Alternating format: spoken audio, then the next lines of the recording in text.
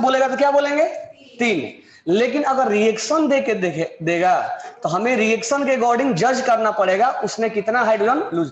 अगर ये नहीं बोलते तो कितना हाइड्रोजन लूज करने वाला था 3 करता जब रिएक्शन वो नहीं दिया होता तो। लेकिन यहां से यहां देखने में क्या लग रहा है कि इसके पास 3 हाइड्रोजन है, अभी 2 बचा हुआ, इसका मतलब इसने कितना ही लूज किया होगा, अभी 1 ही लूज किया है,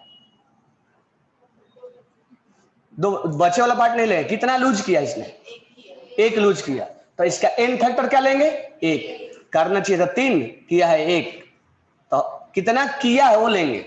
तो यहां पर हम एन फैक्टर मतलब कितना H प्लस लिया हुआ है 1 लेंगे। समझ में आएगा सिद्धांत। H3PO4 को तुम लोग बैच में अभी इक्विवेलेंट वेट नहीं चल रहा है ना, बैलेंसिंग चल रहा है। सिंपल है, कितना H प्लस को लूज किया जाए, कितना H प्लस को लूज करेगा, तो सिंपल सा तरीका है, ये 2 लूज करेगा, ये 1 करेगा, ये 3 करेगा ये। लेकिन जब रिएक्शन देगा तो हमें रिएक्शन के अकॉर्डिंग डिसाइड करना पड़ेगा, हो सकता है कभी 3 लूज ना करे, ऐसा भी पॉसिबल है। और वही इसमें दिखा रहा है रिएक्शन में, वो ऐसा दिखा रहा है कि 3 लूज करता जब पानी में डालते तब, लेकिन रिएक्शन के अकॉर्डिंग इसने केवल 1 ही लूज किया है, क्योंकि 1 लूज करेगा तो क्या बनेगा H प्लस और यहां बनेगा H2PO4 माइनस बनेगा ना, और यहां पर क्या बनेगा Na प्लस। एसिड और बेस का रिएक्शन हम जानते हैं क्या बन जाएगा सॉल्ट, ये बन जाएगा सोडियम Na2HPO4, चार्ज कैंसिल हो गया। इसका मतलब उसने केवल 1 हाइड्रोजन को लूज किया है। ये रिएक्शन बता रहा है, हम नहीं बता रहे, हमें बताना होता तो हम ये बताते अगर नॉर्मल केस में बोला गया होता तो। अब यहां से हमें निकालना है equivalent weight. Equivalent weight equal to किसका मोलर मास पकड़ेंगे, जिसका वो पूछेगा। किसका पूछा है वो H3PO4 का पूछा है, तो यहां हम मोलर मास हम पकड़ेंगे H3PO4 का, और डिवाइडेड बाई कितना एन फैक्टर लेंगे, 1 H प्लस लूज हुआ है 1 लेंगे। तो मोलर मास बताओ H3PO4 का कितना होगा, 3 हाइड्रोजन का हो गया, और फास्फोरस का कितना हो गया 31, और ऑक्सीजन का कितना हो जाएगा 64 डिवाइडेड बाई 1, तो ये हो जाएगा 4 3 7 98/1, तो इसका आंसर हो जाएगा 98। लिख रहे हो ना।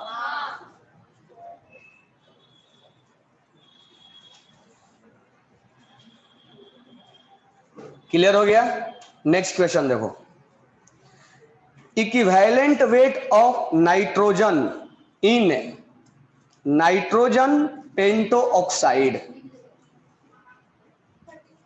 37 अभी, अच्छा 37 बाकी है। 37 देखो, 37 में एक रिएक्शन दिया हुआ है KMNO4, हमें रिएक्शन के बैलेंस से कोई लेना देना नहीं है, ध्यान रखना, प्लस KOH। अच्छा KOH क्या है, एसिड है कि बेस है कि न्यूट्रल है, एसिड है कि बेस है कि न्यूट्रल है, K2MnO4, K2MnO4 plus H2O plus oxygen. अब इस क्वेश्चन में पूछा है कि इक्विवेलेंट वेट निकालो इन अल्कलाइन मीडियम में। मुझे ये बताओ कि यहां पर Mn का ऑक्सीडेशन स्टेट क्या है और Mn का ऑक्सीडेशन स्टेट क्या है, यहां पर कितना होगा निकाल के देखो एक बार, +7, और यहां पर कितना है +6 है।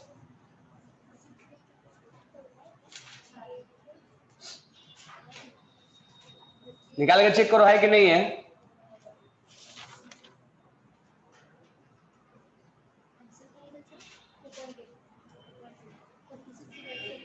कल याद भी करवाया था, बताओ क्या ट्रिक बताया था, DNA 135। बेसिक मीडियम में कितना चेंज आता है, कल याद करवाया था ना KMnO4 के बारे में, कल के देखो चेक करो, कल ट्रिक बताया था BNA 135। बेसिक मीडियम में कितना चेंजेस लेते हैं, और न्यूट्रल मीडियम में, और एसिडिक मीडियम में। तो ये किस मीडियम में है, KOH या अल्कलाइन लिखा हुआ है, इसका मतलब चेंजेस कितना का दिखा रहा है। तो अगर हमें नहीं भी याद है तो रिएक्शन दिया है, लेकिन हर बार रिएक्शन हो सकता है कि नहीं दे, तो उसके लिए यूज करेंगे। कितना ऑक्सीडेशन स्टेट का चेंज आ गया, 1।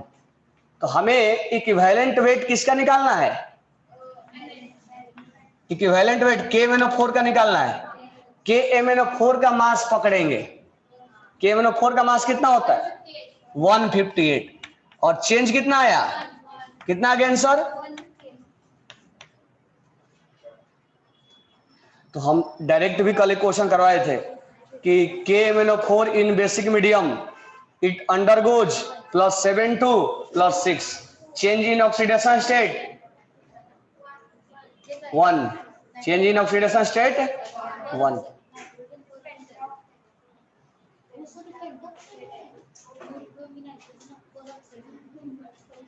क्वेश्चन नंबर 38 देखो, अब समझ में आ रहा है ना।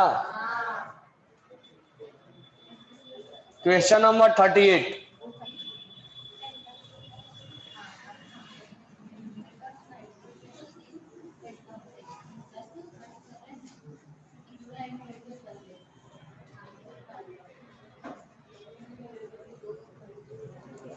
देखो, equivalent mass of nitrogen in nitrogen pentoxide.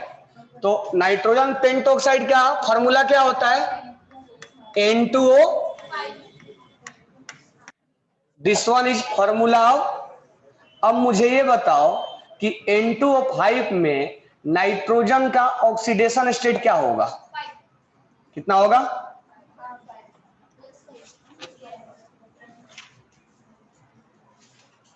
होगा ना +5। तो पहले नाइट्रोजन का ऑक्सीडेशन स्टेट निकाल लो, कितना आया, आएगा ना।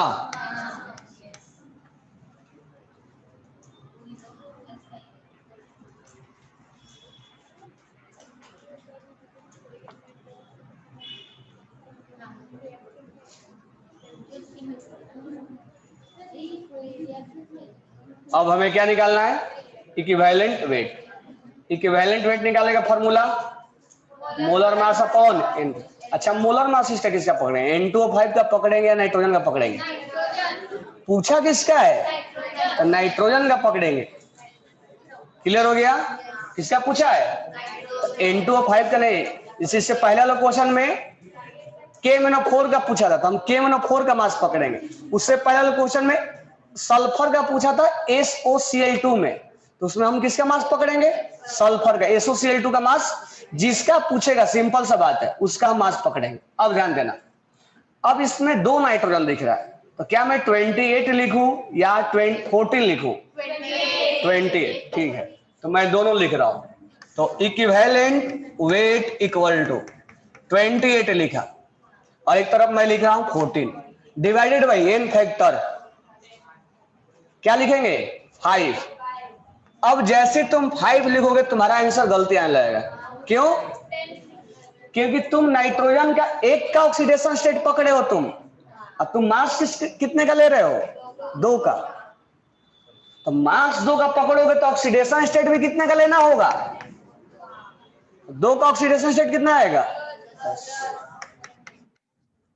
कल K2CI2 में बताया था। नहीं तो एक नाइट्रोजन का पकड़ोगे तो एक ही का ऑक्सीडेशन स्टेट लो, एवी आंसर 2.8 आएगा और एवी आंसर 2.8 ही आएगा। तो ये गलती मत करना कि नाइट्रोजन N2 है तो मास पकड़ लो 2 का और ऑक्सीडेशन स्टेट लो 1 का। मास भी लेना है तो 1 का ही लेना है, और ऑक्सीडेशन स्टेट भी लेना है तो 1 का लेना है। अगर 2 का लेते हो तो ऑक्सीडेशन स्टेट भी 2 का ही लेना पड़ेगा, इसमें थोड़ा ध्यान रखने का। Next, equivalent weight of HI। HI क्या है, एसिड है ना, HI क्या है, एसिड है। तो एसिड के केस में इक्विवेलेंट वेट कैसे निकालते हैं, equivalent weight, question number 39, equivalent weight equal to molar mass upon basicity. तो बेसिसिटी हाइड्रोजन HI कितना H प्लस को लूज करेगा? 1। अब HI क्या पूछा है, तो हम टोटल मास पकड़ेंगे ना, तो आयोडीन का कितना हो जाएगा 127 और हाइड्रोजन का कितना हो जाएगा 1, तो टोटल कितना हो जाएगा और कितना H प्लस लूज करेगा 1, तो डिवाइड बाय 1। क्लियर हो गया?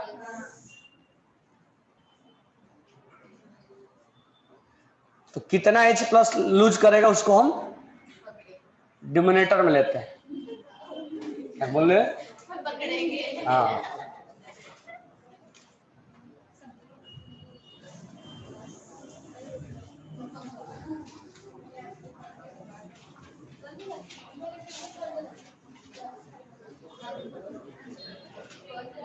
लेवल 1 हो गया ना। चलो क्लास वर्क हुआ, होमवर्क में आओ। इक्विवेलेंट वेट, पेज नंबर आ जाओ 90, क्वेश्चन नंबर 30, क्वेश्चन नंबर 30। ध्यान देना, बात मत करो। पेज नंबर 90, क्वेश्चन नंबर 30, ध्यान देना। Atomic weight of element is 40 और उसका वैलेंसी 2 है। तो सबसे पहले कल मैं तुम लोगों को बताया था पहला कि इक्विवेलेंट वेट एलिमेंट के लिए फॉर्मूला देखो क्या होता है, एटॉमिक मास अपॉन वैलेंसी, पहला ही बताया था।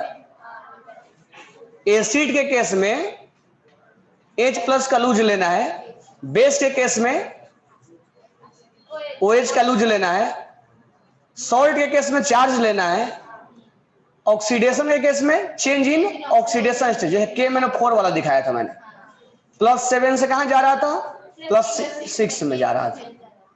तो ऑक्सीडेशन स्टेट के केस में क्या लेना है, चेंज। एसिड के केस में क्या लेना है, कितना H प्लस लूज करेगा। बेस के केस में क्या लेना है, समझ गया ना। और कहीं मान लो ऐसे दिया जाए कि N2O5 में नाइट्रोजन का बताओ, तो नाइट्रोजन का क्या लेना है, ऑक्सीडेशन स्टेट। तो यहां पर इक्विवेलेंट वेट 40 दिया है और वैलेंसी 2 है। तो इक्विवेलेंट वेट क्या होगा, तो हम सिंपल है, equivalent weight equal to molecular mass या मोलर मास या atomic mass divide by valency. और यहां वैलेंसी समझ में आ गया ना। तो इक्विवेलेंट मास कितना दिया है 40 डिवाइड बाय 2, आंसर कितना आ जाएगा। क्वेश्चन नंबर 31 कह रहा है क्वेश्चन में कि किसका equivalent weight molecular weight upon 2 आएगा। अच्छा, ऑप्शन में क्या दिख रहा है, सब एसिड दिख रहा है, इसका मतलब कौन 2 H प्लस को लूज करेगा यही इंडिकेट कर रहा है।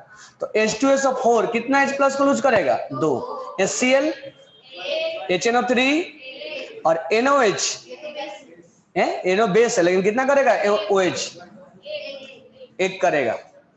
NOH बेस है लेकिन इसका एन फैक्टर क्या आएगा, हाँ तो 2 पूछा है, तो डिवाइड बाई 2 किसका आया एन फैक्टर H2S, तो आंसर हो जाएगा H2SO4। नेक्स्ट क्वेश्चन नंबर 32 कह रहा है कि equivalent weight of pyrophosphoric acid H4P2O7। अब ये तो एसिड है ना पायरोफॉस्फोरिक एसिड, अब इसका मैं स्ट्रक्चर बना दे रहा हूं, P डबल बॉन्ड OH और यहां P डबल बॉन्ड OH 1 2 3 4 5 6 7 2 4। अब मुझे बताओ जब पानी में डालेंगे तो कितना H प्लस को लूज करेगा, H प्लस को कितना लूज करेगा ये 4। तो इस केस में इसका एन फैक्टर क्या गिरेगा, एन फैक्टर क्या गिरेगा इसका, क्योंकि ये 4 H प्लस को क्या किया है लूज किया है। तो एसिड के केस में जितना H प्लस लूज करेगा वही हम एन फैक्टर को कंसीडर करते हैं। तो इसका इक्विवेलेंट वेट हो जाएगा molar mass upon N factor. N factor क्या लेंगे 4 लेंगे।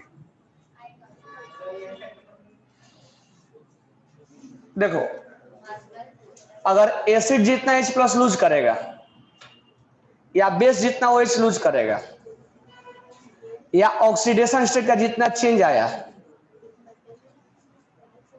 ठीक है, इन सबको मिला के, या एलिमेंट के केस में वैलेंसी, चार्ज के केस में चार्ज, इनको सबको मिला के n फैक्टर बोल दिया जाता है। इसको सबको मिला के n फैक्टर बोल दिया जाता है।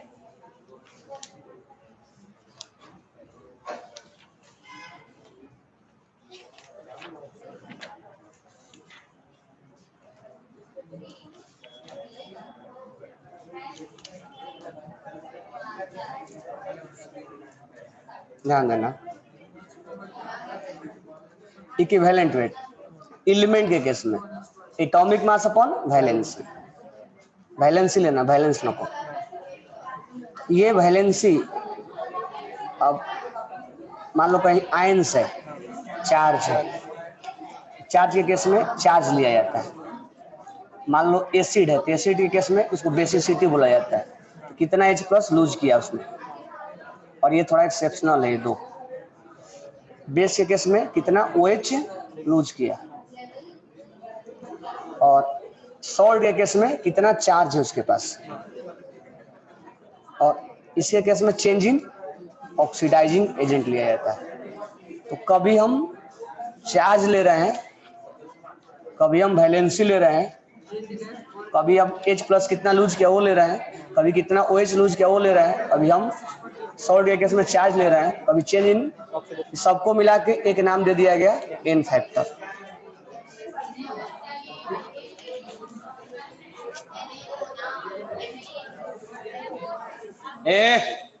क्या कर रहे तुम लोग?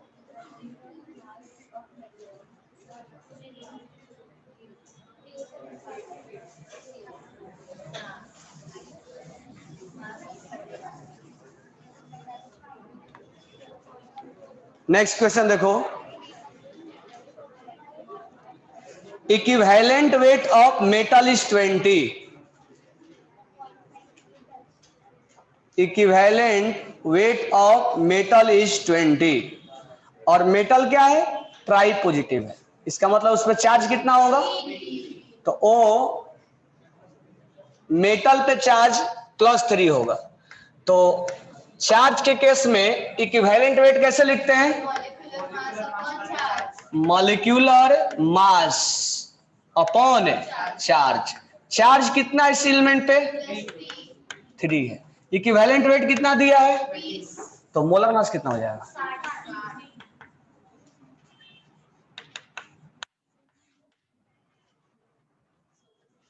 मोलर मास कितना हो जाएगा, 60। क्लियर हो गया? नेक्स्ट आओ, 90।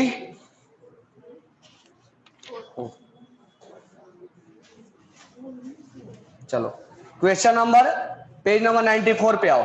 क्वेश्चन नंबर 18 अभी राउंड कर लो, उसको अभी आगे बताएंगे। 18 नहीं अभी बनाना है, 18 को अभी आगे टीच करेंगे। अब देखो 19, क्वेश्चन नंबर 19 पेज नंबर 94 पे, vapour density of try basic acid. Try basic acid का मतलब क्या होता है, what is meaning of try basic acid?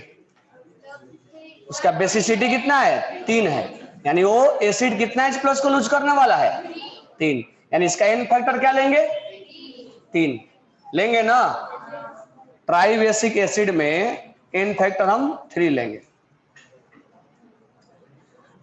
अब वेपर डेंसिटी से हम क्या निकालते हैं, वेपर डेंसिटी इक्वल टू क्या होता है, 2 इंटू, तुम लोग को बोला भी था कि वेपर डेंसिटी तो कुछ और नहीं, मॉलिक्यूलर मास निकालने के लिए दिया जाता है ना। तो VD इक्वल टू क्या लिखवाया था, vapour density equal to molecular mass upon या इंटू 2 अपॉन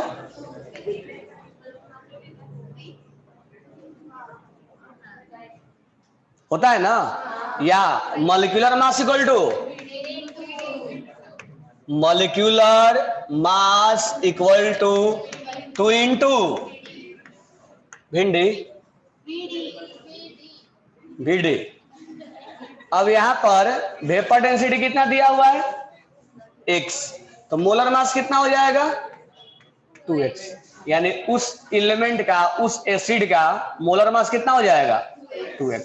अब हमें क्या निकालना है इक्विवेलेंट वेट निकालना है, तो इक्विवेलेंट वेट इक्वल टू क्या हो जाएगा मॉलिक्यूलर मास अपॉन, अब ये ट्राई बेसिक एसिड है मतलब कितना H प्लस लूज करता है 3, तो डिवाइड बाई क्या मार देंगे, तो मॉलिक्यूलर मास कितना है इसका 2x बाई, क्लियर हो गया।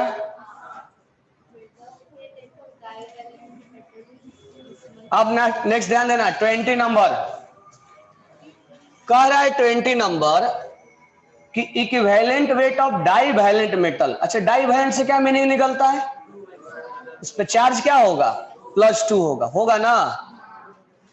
Equivalent weight of divalent atom is 31.32।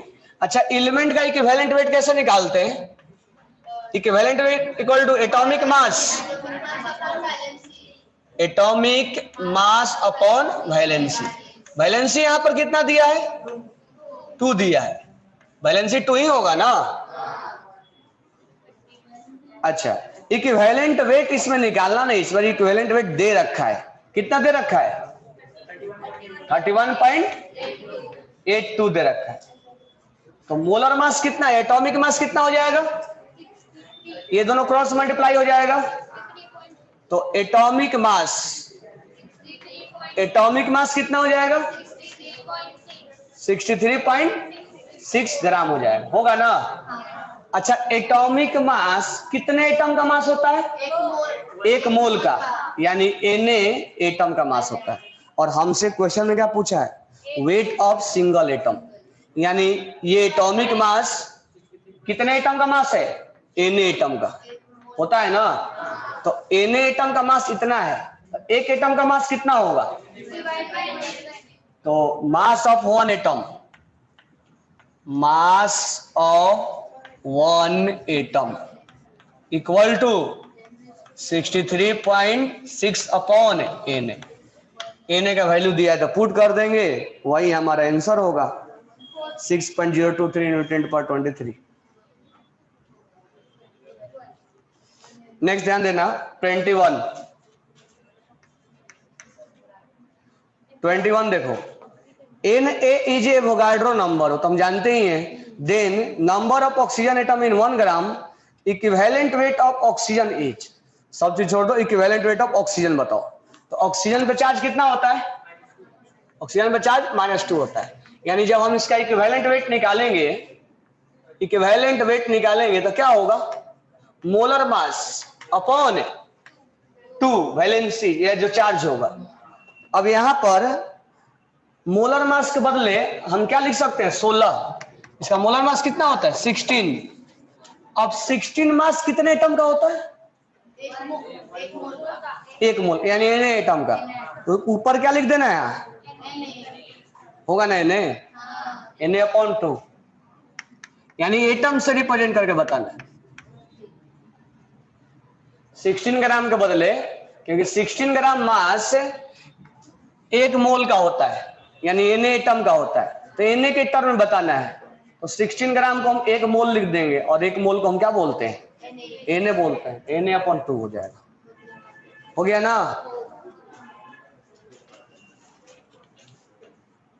अब कहाँ है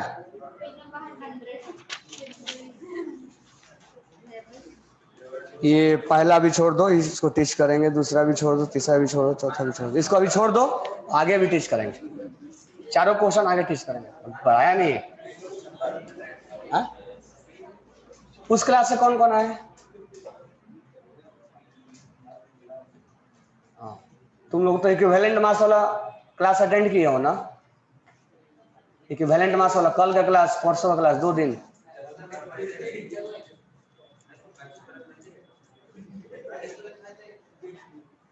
इक्विवेलेंट मास वाला क्लास कितने दिन पहले आए थे?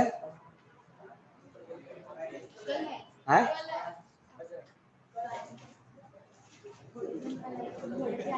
इक्विवेलेंट मास कब स्टार्ट किया था? परसों।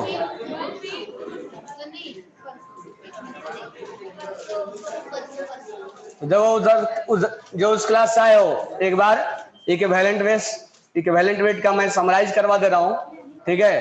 तो ध्यान से सुनोगे, बात नहीं करोगे। और एक चीज ध्यान रखो, क्लास में बात करना अलाउ नहीं है, तुरंत क्लास से बाहर कर देंगे, पहले ध्यान रखना इस चीज को। तो एक बार मैं इक्विवेलेंट वेट का समराइज करवा दे रहा हूं जो उस क्लास से आए हो, क्योंकि नहीं करोगे तो आगे समझ में नहीं आएगा, ठीक है? और जो उस क्लास से आए हो अभी इसमें अभी हम पीछे चल रहे हैं, नहीं कि इक्विवेलेंट वेट बहुत आगे चला गया। अभी इक्विवेलेंट वेट पढ़ा रहे हैं, फिर ऑक्सीडेशन स्टेट निकालना बताएंगे जो फंडामेंटल में बताया था, फिर उसके बाद इक्विवेलेंट वेट बताने के बाद रिड्यूसिंग एजेंट रेडॉक्स रिएक्शन बताएंगे क्या होता है, उसके बाद रेडॉक्स रिएक्शन का बैलेंसिंग सिखाएंगे, ठीक है? और उसके बाद ये चैप्टर फिर फिनिश होगा, फिर हम आएंगे मोल 2 पे। ये हमारा मोल 1 एंड हुआ है, हम मोल 2 मतलब ये रेडॉक्स वाला पार्ट स्टार्ट किए हैं हम। अभी हमने रेडॉक्स में कुछ सिखाया नहीं है, बस इक्विवेलेंट मास सिखाया है कैसे निकाला जाता है। ऑक्सीडेशन स्टेट का निकालना, ऑक्सीडाइजिंग एजेंट, रिड्यूसिंग एजेंट क्या होता है, रेडॉक्स रिएक्शन क्या होता है और कैसे बैलेंस किया जाता है, वो सब आगे धीरे धीरे चलेंगे। तो जो उस क्लास से आए हो ध्यान देना, मैं समराइज कर दे रहा हूं, ठीक है? इक्विवेलेंट मास निकालना आसान होता है, कैसे निकाला जाता है, फिर हम इसका एप्लीकेशन पढ़ेंगे कि इसका यूज कैसे होता है, कैसे हम इसका यूज करते हैं, ठीक है? तो ध्यान देना यहाँ पे।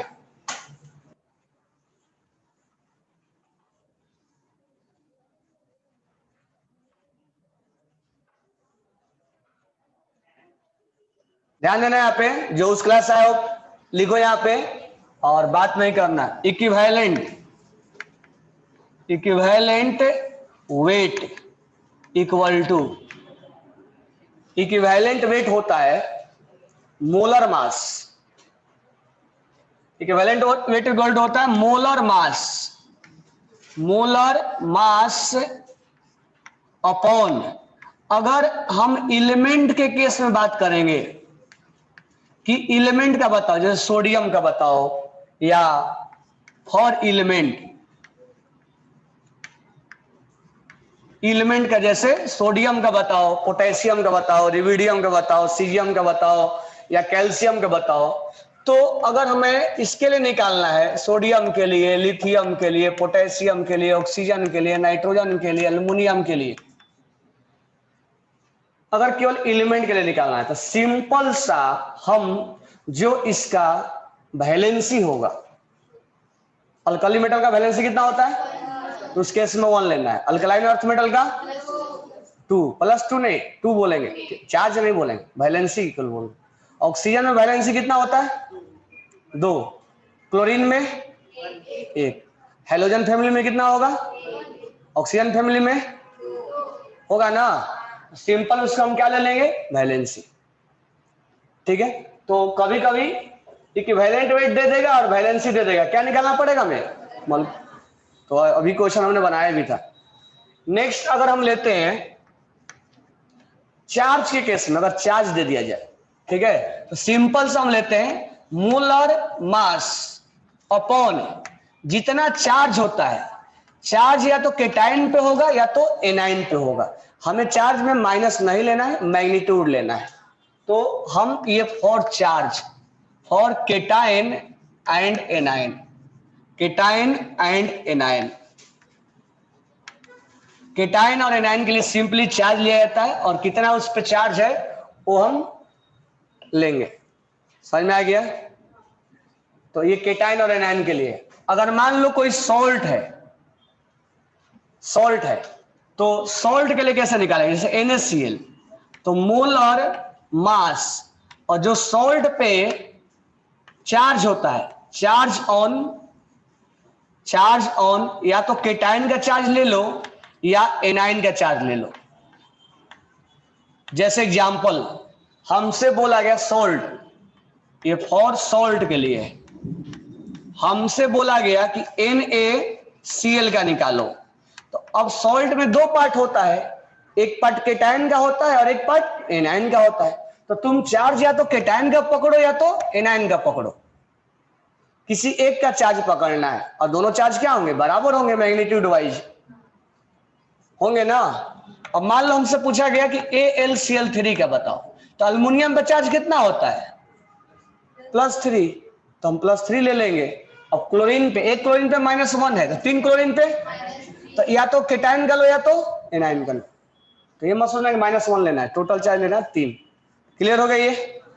अब नेक्स्ट हम बात करेंगे, अगर हमसे क्वेश्चन में दिया जाए एसिड के लिए, कि एसिड के लिए क्या होगा, कोई एसिड दे दिया जाए, तो एसिड का मोलर मास, एसिड का मोलर मास डिवाइडेड बाई कितना वो H+ लूज कर रहा है, जिसको हम बेसिसिटी के नाम से जानते हैं, number of H+ lose, number of H+ कितना लूज किया है, जिसे बोला कि ट्राई बेसिक एसिड, मतलब 3 H+ को लूज किया है। क्वेश्चन आया था ना अभी, तो ऐसे अगर लिख के देगा तो कितना जल्दी बोल लो,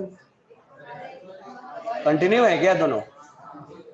तो इस केस में किसके लिए है, फॉर एसिड। अगर नॉर्मल क्वेश्चन H2SO4 कितना लूज करेगा, 2, HCl HNO3 एक करेगा ना, HClO4 H3PO3 H3PO4 H3PO3। अब ध्यान देना, जितना दिखता है उतना ये लूज नहीं करता, कितना करता है, और H3PO2 ये जितना दिखता है उतना लूज, ये 1 है। ये तो हमने उस एसिड के लिए पकड़ा जब एसिड के बारे में केवल नॉर्मल डिस्कशन होगा, लेकिन जब रिएक्शन देगा तो हमें रिएक्शन को देख के लिखना पड़ेगा कि एक्चुअल में उसने कितना H+ को लूज किया है। ये नहीं कि सर ने बताया था H2SO4 2 और उस रिएक्शन में एक ही लूज किया है तो हम 2 लिख दे, नहीं, उस रिएक्शन को पहले आइडेंटिफाई करो कि उस रिएक्शन में कितना H+ को लूज किया है, उसके अकॉर्डिंग लिखना। अगर रिएक्शन नहीं है तो कोई प्रॉब्लम नहीं है, डायरेक्ट लिखो। क्लियर हो गया। अब नेक्स्ट हम निकालेंगे बेस के लिए, तो मोलर मास। अच्छा एक चीज और ध्यान देना, जिसका हमें पूछेगा इक्विवेलेंट वेट, उसी का मास पकड़ना है। अगर N2O5 में नाइट्रोजन का पूछे तो नाइट्रोजन का मास पकड़ना है, KMnO4 का पूछे तो टोटल KMnO4 का लेना है मास। समझ में आ गया। तो molar mass upon number of OH release, OH कितना लूज किया, किसके लिए, बेस के लिए। तो ये सिंपल से, इसमें कोई वो नहीं है, जैसे NaOH के केस में 1 लिया जाता है, MgOH के केस में 2 लिया जाता है, जितना OH दिखेगा उतना ही होता है इसमें। क्लियर हो गया ये। नेक्स्ट हम बात करते हैं रेडॉक्स रिएक्शन के लिए। तो अगर हम इसमें लिखे रेडॉक्स रिएक्शन के लिए, तो कल हमने ये बोला था कि रेडॉक्स रिएक्शन में कितना ऑक्सीडेशन स्टेट का चेंज आता है, जैसे KMnO4 +7 से गया +6 में, तो उसके लिए चेंजेज लिया जाता है। इसे हम लेंगे यहाँ पे, तो हम लेंगे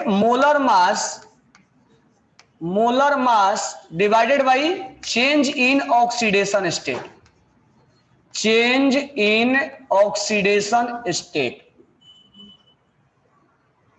या नंबर ऑफ इलेक्ट्रॉन लूज और गेन फॉर मॉलिक्यूल्स, ये लिया जाता है। अब इस पे एग्जांपल देख लेते हैं। तो 2-3 चीजें याद करवाया था मैंने, KMnO4 बेसिक मीडियम में, एसिडिक मीडियम में और न्यूट्रल मीडियम में, sorry basic medium, neutral medium और एसिडिक मीडियम में। यहां पर Mn का ऑक्सीडेशन स्टेट +7 होता है, बेसिक मीडियम में Mn +6 में जाता है, और न्यूट्रल मीडियम में प्लस कितना जाएगा, +4 में, और एसिडिक मीडियम में कितना जाएगा, +2 में। तो यहां चेंज कितना आया, 1। चेंज कितना आया, 1 आया। बेसिक मीडियम में चेंज कितना आया, 1। न्यूट्रल मीडियम में और एसिडिक मीडियम में, यही इसका क्या है, एन फैक्टर है, यही है इसका एन फैक्टर। तो ये हमें KMnO4 के लिए याद करके रखना पड़ेगा। अब ध्यान देना, K2 Ci2O7, यहां पर क्रोमियम का ऑक्सीडेशन स्टेट है +6, और जब ये एसिडिक मीडियम में जाता है तो ये +3 में जाता है। तो इसमें जो है चेंजेस कितना का आया? 3 का। चेंजेस कितना का आया? +6 से कहां गया? +3 में। लेकिन ये एक क्रोमियम का चेंजेस आया और इधर कितना क्रोमियम है? 2 है, तो चेंजेस कितना का आया? तो change in oxidation state equal to 3, और कितने एटम है क्रोमियम के? 2, तो हम 2 से क्या कर देंगे? मल्टीप्लाई। ये कितना आ जाएगा? 6। लेकिन एक चीज ध्यान रखना कि सर इधर क्रोमियम 1 है, इधर 2 है, जिसका तुम निकालोगे उसके क्रोमियम के बारे में देखोगे। राइट हैंड साइड क्या है उससे में कोई लेना देना नहीं है, जिसका तुम निकालोगे उसके क्रोमियम एटम या कोई भी एटम के बारे में जिसका तुम निकालोगे उसकी जजमेंट करोगे। ये नहीं कि राइट हैंड साइड सर एक ही है, इधर 2 है, बैलेंस नहीं है। बैलेंसिंग का कोई नीड है इसमें नहीं है कि रिएक्शन बैलेंस है कि नहीं है, हमें कोई मतलब नहीं। समझ में आ गई है? तो चेंज इन क्या लेना है? Oxidation state. एक का है तो एक लिखेंगे, नहीं तो जितना आइटम हो उससे हम मल्टीप्लाई मार देंगे। तो यहां बेसिक मीडियम में कितना लेंगे? 6 लेंगे, तो इसका एन फैक्टर कितना लेंगे? 6। समझ में आ गया? अब ध्यान देना, कभी हम वैलेंसी ले रहे हैं, कभी हम चार्ज ले रहे हैं, कभी हम चार्ज के टाइन एनायन ले रहे हैं, कभी हम H+ लूज ले रहे हैं, कभी हम OH लूज ले रहे हैं, कभी हम चेंज इन ऑक्सीडेशन स्टेट ले रहे हैं, सबको मिला के एक वर्ड बोल दिया जाता है, वो है एन फैक्टर। वो क्या है? यानी सबको हम नहीं लिख के हम अगर एक वर्ड लिखे कि equivalent weight equal to molar mass upon N factor. अब एलिमेंट के केस में एन फैक्टर की जगह पे क्या आ जाएगा?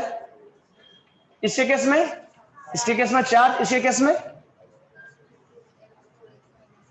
तो सबको मिला के एक वर्ड कॉमन वर्ड बोल दिया जाता है, वो है एन फैक्टर। सब लिख लो, इसको समराइज कर लो, सारे राइट डाउन कर लो। हाँ तुम लोग भी लिखो, समराइज करो उसको। अब बिना देखे लिखो क्या हमें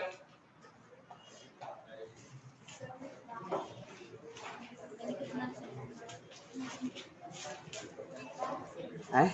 खाना खाए थे कल?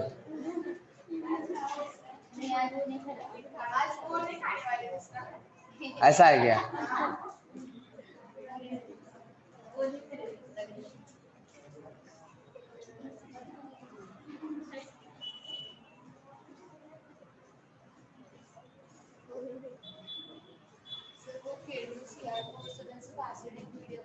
हाँ केवल एसिडिक मीडियम में करेगा, बेसिक और न्यूट्रल मीडियम में रिएक्शन नहीं दिखाता।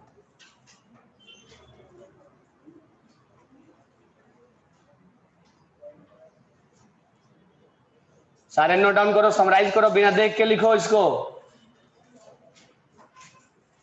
क्वेश्चन वॉल्यूम का क्वेश्चन हो गया ना? आसान है ना? है?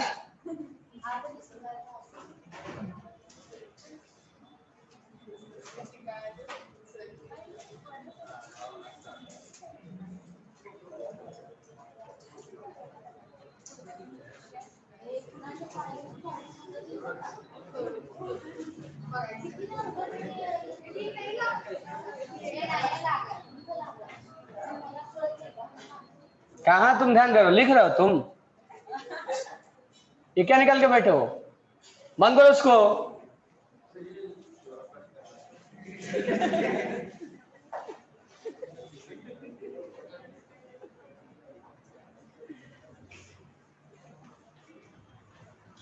पढ़ना है केमिस्ट्री तो पढ़ रहे, बायो।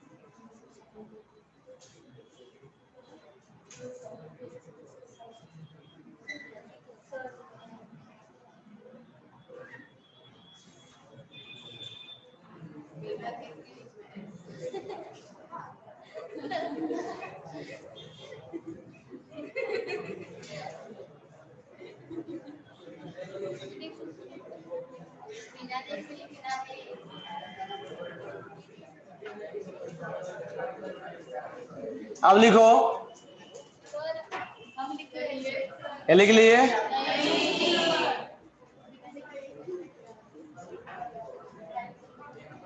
अब लिखना इसमें कंसेप्ट ऑफ इक्विवेलेंट मास। पहले हेडिंग डाल लो, concept of equivalent mass. Concept of equivalent mass डालो। चलो कल पढ़ाएंगे कंसेप्ट ऑफ इक्विवेलेंट मास। अभी अल्कली मेटल निकालो सारे।